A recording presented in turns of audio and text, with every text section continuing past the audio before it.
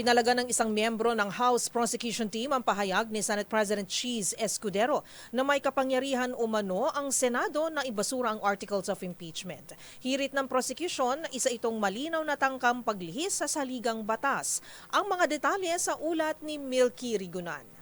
Hindi pwede na basta na lamang ibasura ng Senate Impeachment Court ang Articles of Impeachment. Iginit ito ni Batangas Representative Jervil Luistro, miyembro ng 11-man House Prosecution Team.